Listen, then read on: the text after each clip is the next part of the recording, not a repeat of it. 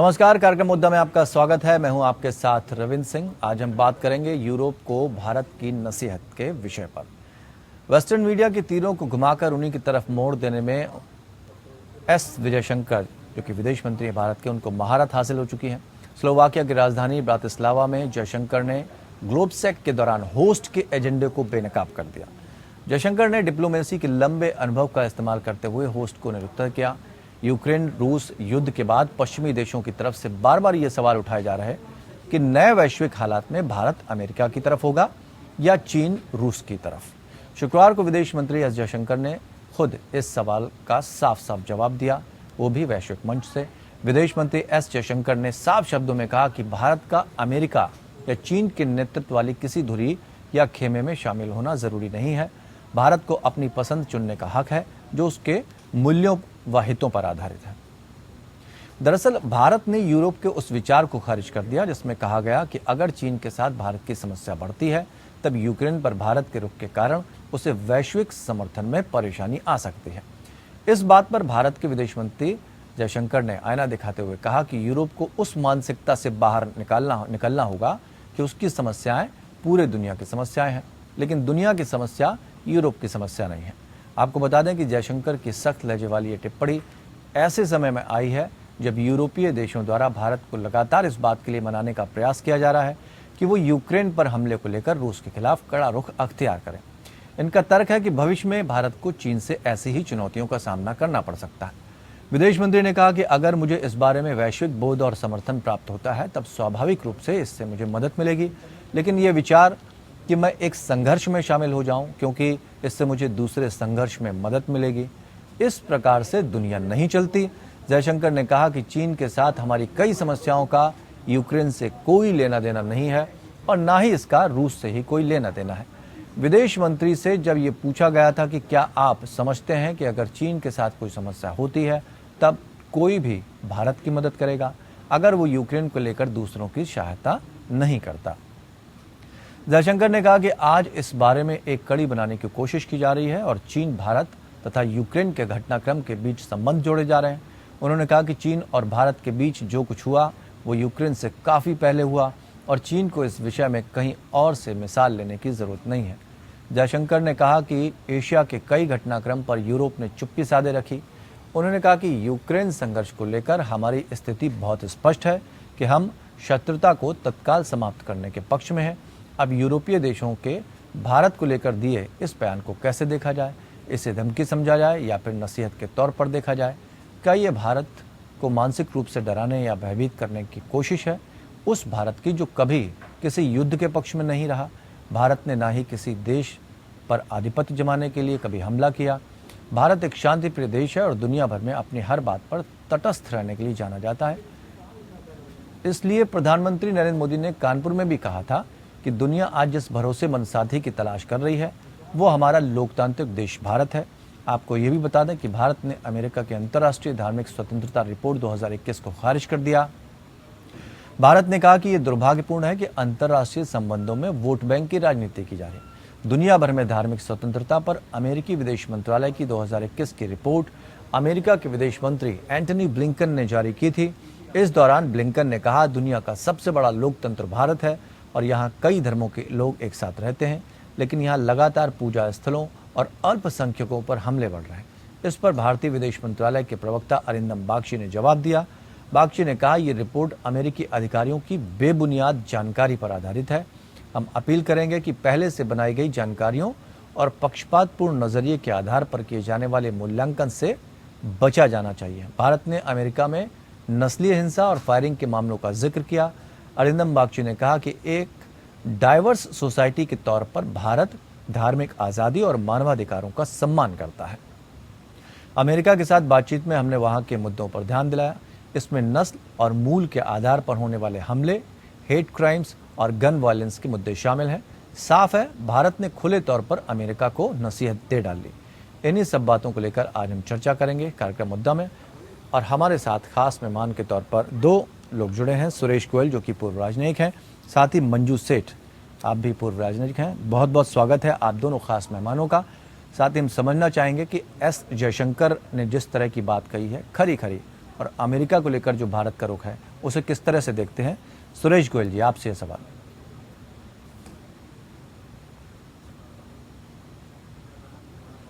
चलिए, उन तक शायद हमारी आवाज़ नहीं पहुंच रही। मंजू सेठ जी, आपसे भी समझना चाहेंगे कि ये जो जिस तरह की खरी खरी यूरोपीय देशों को भी सुनाई है भारत ने, और हमेशा तटस्थ रहा है अपनी बातों पर, अपनी नीति पर भारत, इस बार भी कुछ ऐसा ही हुआ जब मीडिया कर्मी ने उनसे पूछा कि किस तरह की नीति रहेगी आपकी, जब अगर दुनिया के जो वर्तमान परिदृश्य है उसको किस तरह से देखती हैं आप?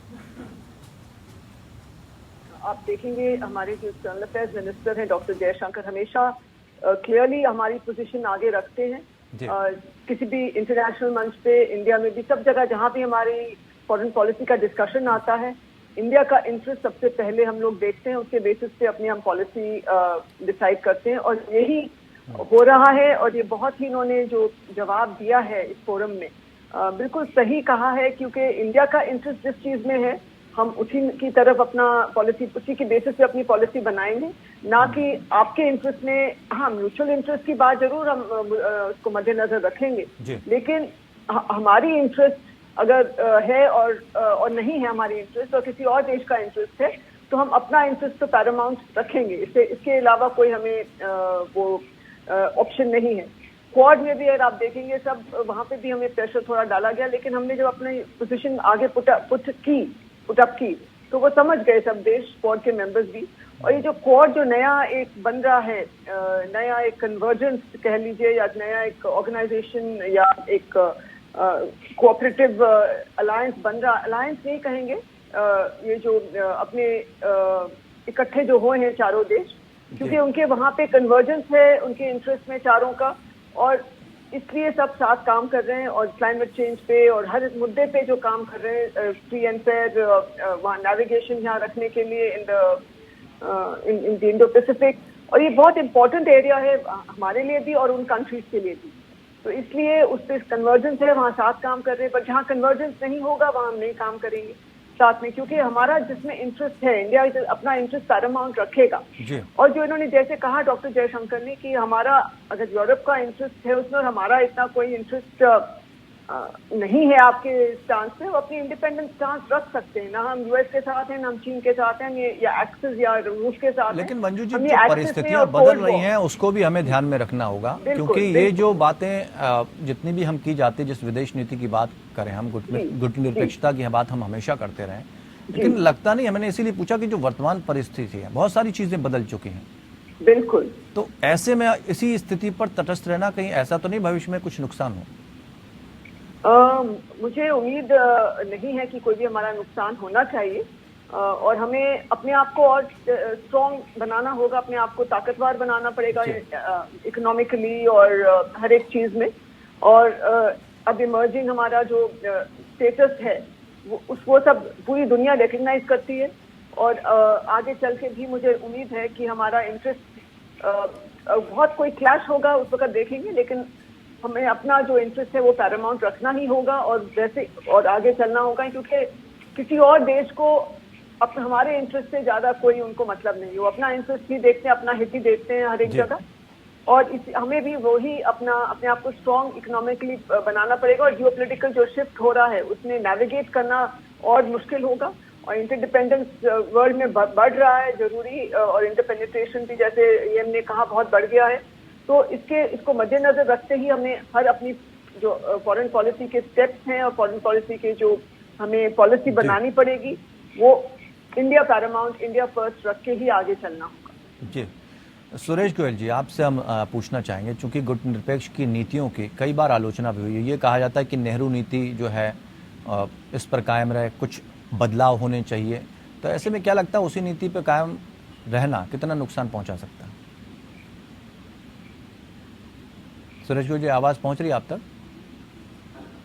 संपर्क टूट गया। लेकिन बहुत सारी बातें हैं अंतर्राष्ट्रीय स्तर पर जो चीजें बदली हैं। रूस और यूक्रेन के युद्ध के बाद रशिया जो है एक तरफ बिजी हो गया है, और यूक्रेन के साथ जिस तरह की स्थिति बनी उसको लेकर भी जब सवाल पूछे गए, तो ये कहीं ना कहीं मामला सामने जरूर आया कि क्या ऐसी स्थिति अगर भारत के सामने बनती है तो फिर किस तरह से उसका भारत सामना करता हुआ नजर आएगा। जयशंकर की खरी खरी यूरोप को जयशंकर ने जिस तरह की नसीहत दी, सवाल कई बार खड़े किए गए, और भारत का पक्ष भी जानने की कोशिश की गई कि भाई जिस तरह की स्थिति बन रही है उसमें रूस यूक्रेन युद्ध में भारत किस तरफ खड़ा होगा, अमेरिका की तरफ होगा या फिर रशिया की तरफ से होगा। और भारत की अपनी नीति बिल्कुल स्पष्ट है कि वो किसी के साथ खड़ा नहीं होगा, वो सिर्फ शांति बनाए रखने की अपील कर सकता है, इससे ज़्यादा कुछ नहीं। लेकिन इसके साथ साथ जब इस बार ये पूछा गया कि अगर वो एक पक्ष में खड़ा होता है, रशिया की तरफ झुकता है, तो भारत के सामने कहीं वैसी ही स्थिति ना हो जाए जैसे यूक्रेन के सामने हुई। और क्या ये भी सवाल पूछा गया है जयशंकर से कि अगर इस तरह की स्थिति बनती है, आज भारत अगर नहीं खड़ा होता है एक पक्ष में या रशिया के विरुद्ध, तो फिर उसके सामने कोई ऐसी स्थिति ना आ जाए कि जब चाइना के साथ उसका टकराव हो तो वो अकेला खड़ा नजर आए। इन सवालों के जवाब देने की भी कोशिश की। सुरेश गोयल जी को साथ हम जुड़ने की कोशिश कर रहे हैं, लेकिन मंजू जी से हम सवाल लेते हैं। मंजू जी, अगर हम अमेरिकी विदेश मंत्रालय की बात करें, 2021 की रिपोर्ट अमेरिका के विदेश मंत्री एंटनी ब्लिंकन ने जारी की थी और इस पे ब्लिंकन ने कहा था कि दुनिया का सबसे बड़ा लोकतंत्र भारत है, कई धर्मों के लोग एक साथ रहते हैं, लेकिन यहाँ लगातार पूजा स्थलों और अल्पसंख्यकों पर हमले बढ़ गए हैं। इसको किस तरह से देखें? ये जैसे आपको पता है, इंडिया का जो स्टांस इससे भी रहा है कि ये एक मोटिवेटेड इनके होते हैं, वहाँ पे बहुत लॉबीज, स्ट्रॉन्ग लॉबीज हैं यूएस में, और एंटी इंडिया लॉबीज भी हैं, वो काफी एक्टिव हैं। और ये बार बार ये जो रिपोर्ट्स हैं ये इतने वेल रिसर्च होते नहीं, मेरा मानना है।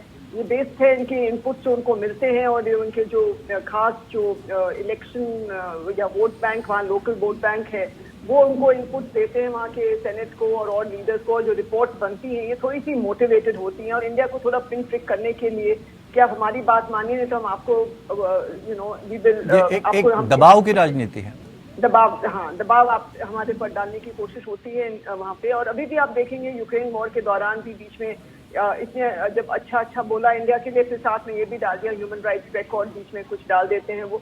तो ये उनका अप्रोच रहता है कि इंडिया को थोड़ा सा ये पिन ट्रिक्स देते रहे, दबाव लगा के रखें इंडिया पे, और इंडिया ये ना सोचे कि सब कुछ वहाँ पे बड़ी डेमोक्रेसी है और इंडिया शुड, और वो हमारी बात मानते रहे जो हम कहते हैं।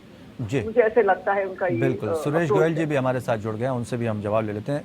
सुरेश गोयल जी, आप भी चूंकि बीच में आए, हम आपको बता दें कि जिस तरह से विदेश मंत्री एस जयशंकर ने विदेशी मीडिया को जवाब दिया है कि जो हमारी नीति है भारत की तटस्थ है और वो किसी भी एक पक्ष में खड़ा नहीं होना चाहता।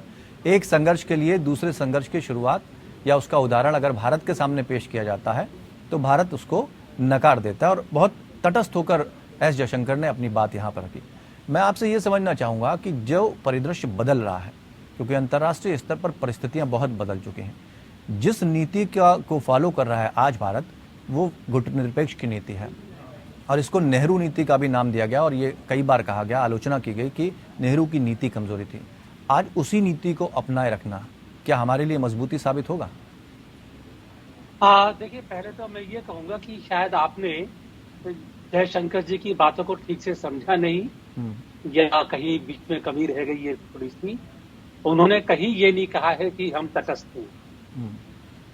मेरे को पिछले 10 सालों से अगर मैं फॉलो कर रहा हूँ फॉरेन पॉलिसी को जी, और इसके बाद में खास तौर पर पिछले 2-3 साल में जब से कि जयशंकर साहब विदेश मंत्री बने हैं, हमने कभी ये नहीं कहा है कि हमारी नीति गुटनिरपेक्षता की या तटस्थता की नीति है। हमने ये कहा है कि हमारी विदेश नीति हमारे हितों की रक्षा के लिए है। हम अपने हितों के मुताबिक, जो हमारे हित में है, जो हमारी समझ है और जिसमें हमारी सबसे ज्यादा भलाई है, हम उसके मुताबिक निर्णय लेंगे। ब्रातिस्लावा में भी उन्होंने यही कहा है। उन्होंने ये नहीं कहा है कि हम आपके पक्ष में करेंगे, किसके पक्ष में करेंगे, या चीन के बीच में रहेंगे या रूस के बीच में रहेंगे। उन्होंने कहा है भारत एक 5वीं बड़ी इकोनॉमी है, दुनिया में सबसे बड़ा 5वां शक्तिशाली देश है ये, तो हम दूसरों के हितों के मुताबिक निर्णय क्यों लें, हम अपने हितों के मुताबिक निर्णय लेंगे। और ये जो अपने हितों के मुताबिक निर्णय है, ये गुट निरपेक्षता की बात नहीं है, ये तटस्थता की बात नहीं है, ये अपने हितों की बात है। मैं आपको उदाहरण देता हूं। अभी जो सबसे ज्यादा बात करते हैं यूरोप के देश, वो बात करते हैं यूक्रेन की। अगर हमारा जो यूक्रेन में हमारा पक्ष रहा है, हमने क्या कहा है कि टेरिटोरियल इंटेग्रिटी, सॉवरेनिटी की रक्षा होनी चाहिए। जी इसके साथ ही साथ बातचीत से हल होना चाहिए, डिप्लोमेटिक तरीकों से हल होना चाहिए। इस हल को करने में जो बाकी सब देशों के सुरक्षा के कंसर्न है, सिक्योरिटी इश्यूज है, जी उनके बारे में बातचीत होनी चाहिए। हमने कभी ये नहीं कहा कि रशिया सही है, हमने कभी ये नहीं कहा कि यूक्रेन के ऊपर जो उन्होंने आक्रमण किया वो सही है। जी हमने ये जरूर कहा कि आक्रमण नहीं होना चाहिए था, लेकिन जो कंसर्न है कि किस वजह से आक्रमण हुआ, वो बात भी होनी चाहिए। लेकिन हमने अगर ये भी नेटो कहा का ना कि किसी expansion एक पक्ष होता में है नहीं जाएंगे। और नेटो के एक्सपेंशन से खतरा महसूस होता है, आप उसको दरकिरार नहीं कर सकते हैं। हमने ये तो भी कहा ना कि हम हमारी किसी जो पक्ष में नीति खड़े है, नहीं होंगे। नहीं, यही तो है, मैं अपने दोबारा हितों को कहूंगा, देखेंगे, ये पहले भी हमारी कहता आया नीति भारत। गुटनिरपेक्षता की नहीं है। जी, अपने हितों का ध्यान रखेंगे, ये तो पहले से ही भारत कहता आया। जो बात आज कही है वो पहले भी कहता हुआ आया। हमने जब पहले कहा था तो हमने ये कहा था कि हम रशिया या सोवियत यूनियन और यूएस के बीच में जो भी मतभेद हैं, हम उसके बीच में नहीं पड़ेंगे। जी हम अब ये नहीं कह रहे हैं कि हम उनके बीच में नहीं पड़ेंगे या नहीं करेंगे। अगर हमारे हित होते हैं तो हम पढ़ेंगे, अगर हमारा हित नहीं है तो नहीं जाएंगे हम। तो हम अपने हितों के मुताबिक काम करेंगे, ये बहुत बड़ा फर्क है। ठीक है, तो अब जो स्थिति बनेगी, इसीलिए जो जिक्र किया गया रशिया और यूक्रेन के बीच के युद्ध का किया गया, और रशिया यूक्रेन में अगर रशिया कमजोर पड़ता है किसी भी तरह से तो उसको चीन की सहायता लेनी पड़ेगी, और चीन से भारत के संबंध क्या है ये हर कोई जानता है। तो ऐसे में किस तरह की फिर नीति अपनाई जाएगी? देखिए, आपने ये सवाल अच्छा पूछा है। पहली बात तो मुझे इसमें बहुत शक है। मैं अपनी पर्सनल असेसमेंट बता रहा हूं कि अगर रशिया कमजोर पड़ता है तो चीन उसकी मदद के लिए कूदेगा। जी ये अभी देखने वाली बात है, इसके ऊपर कोई निर्णय भी सामने नहीं आया है। जी और चीन भी अगर करेगा तो वो अपने पूरे चारों तरफ देख करके, आफ्टर ऑल चीन भी इंडो पैसिफिक में उसको भी 4-5 देश हैं जो उसके वहां पर रहे, किनारे पर हैं। तो मैं नहीं समझता हूं कि चीन ये निर्णय फौरन ले लेगा कि वो ये सवाल यूक्रेन सुरेश में जी मैंने उसके- इसलिए पूछा क्योंकि भारत से एस जयशंकर जी से ये पूछा गया था कि ऐसा ना हो कि रशिया को लेकर जो रुख भारत अपना रहा है, आने वाले समय में जब चाइना अगर इस तरह की कोई स्थिति भारत के लिए पैदा करता है संघर्ष की, तो भारत अकेला ना पड़ जाए। इसलिए मैंने ये सवाल पूछा। आपने सही कहा जी और इसीलिए उन्होंने ये भी कहा कि आप यूक्रेन की बात आज कर रहे हैं, चीन की बात तो हमारे साथ पहले हो चुकी है। जी लद्दाख पहले हुआ था जी और वहां पर हमने उनकी जो चीन की जो हरकत थी, हमने उसका जवाब भी दिया था। हमने उसके जवाब के लिए यूएसए का या किसी और देश का आगे आने का इंतजार नहीं किया था।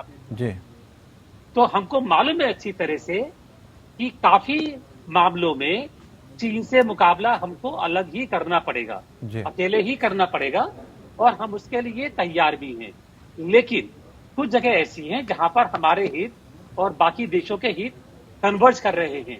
ठीक। जैसे इंडो पैसिफिक में यूएसए का, ऑस्ट्रेलिया का, जापान का, हमारा एक जो एग्रेशन बन रहा है, असर्टिवनेस बन रही है, जी उसमें हमारे हित, इकोनॉमिक हित कन्वर्ज कर रहे हैं, क्वाड में स्ट्रेटेजिक हित कन्वर्ज कर रहे जी। हैं। तो हम साथ में आए हैं। क्वाड क्या है?